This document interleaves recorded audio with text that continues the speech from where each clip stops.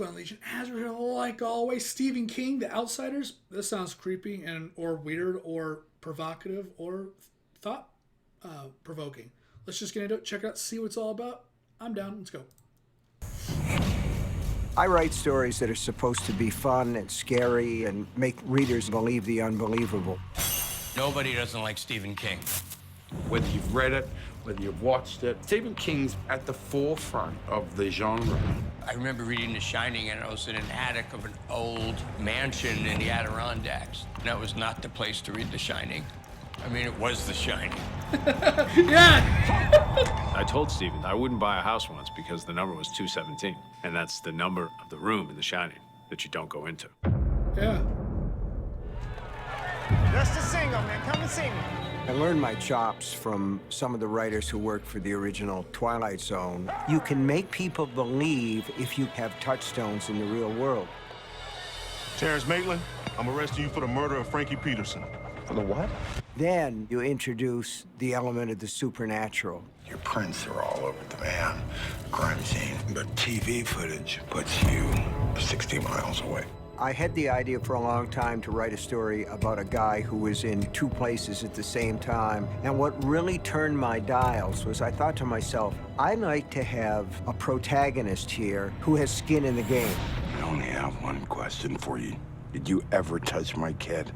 Detective Ralph Anderson, he's a good, upstanding guy who's faced with a situation which is way outside his scope. I have no tolerance for the unexplainable. Well then, sir, you'll have no tolerance for me. Holly is one of the most interesting characters in my entire lexicon. She is a private investigator, but she's ever so slightly off. The struggle is Holly has to convert Ralph's lifelong empirical training to believe in something you've never been able to believe before. There's some damn strange things in this world of ours. And what always interests me in stories like this is how does a person cope with the unbelievable? If he has a message he wants to give me, he can give it to me himself. I don't think you want that.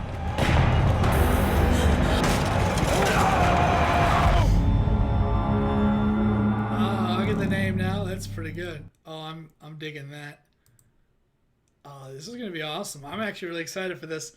Stephen King, yeah, I actually really like his stuff. I'm not like, oh my gosh, Stephen King. I know there's a lot of people that probably don't really like him all that much or think that he's overrated or overhyped, but you know, and not everything could be the greatest, but he's come up with some really good stuff, and I like The Shining and all that. I like what he's done in the past, and the sequel to I always get The Shining and the other one, One Flew Over the Cuckoo's Nest. I always get that shit mixed up. But with the sequel to The Shining, it's actually helped me remember which one is which now. Because Ewan McGregor's character says, I always just called it The Shining or Shiny or something like that. I think he said The Shining. Or maybe Shiny. I haven't seen the movie yet, but that definitely helped me remember, keep me in place as dyslexic and remembering things from the past. Sometimes crisscross with names, or when you see something that's kind of like the same but not really in the names and the time and the genres, something in it's the same, and it kind of makes me like swap what they are, the names. But and then the Cuckoo's Nest, I think I confused that one with The Omen actually, which isn't. I'm never thinking of the Cuckoo's Nest. I'm always picturing The Omen, but I call it the Cuckoo's Nest, I think. Because all those movies, I watched them all relatively at the same time, a long time ago when I was a kid. And the names at the time, I didn't care to remember stuff like that. Right? For me, I love having movie knowledge, comic book knowledge, Marvel, DC, anime knowledge, all those pop culture stuff, music stuff. Not so much music or celebrities, although I pay attention to that stuff, not so much, but I love having that knowledge, that vault of things to remember. But as a kid, I just could care less. And so some of that stuff, pre-giving a fuck, I confuse sometimes. It's just what happens when you're a little dyslexic. But yeah, The Outsiders. Looking forward to it. Can't wait. It's going to be good. And I'm going to get out of here. Thanks for watching. Thanks for hanging out. See whatever video I'm doing next. Later, guys.